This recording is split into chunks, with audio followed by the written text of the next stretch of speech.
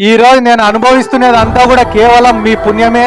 నాకు ఆ దేవుణ్ణి నేను కోరుకునేది కూడా ఒకటే, జీవితంలో ఒక్క రోజన్నా వీళ్ళకందరికీ సేవ చేసేంత ధైర్యం కానీ శక్తి కానీ నాకు ప్రసాదించమని చెప్పి నా పుట్టినరోజు సందర్భంగా ఆ భగవంతుడిని ప్రార్థిస్తూ, నేను మీ దగ్గర నుంచి ఎప్పుడు కూడా ఏమి కూడా ఆశించాను.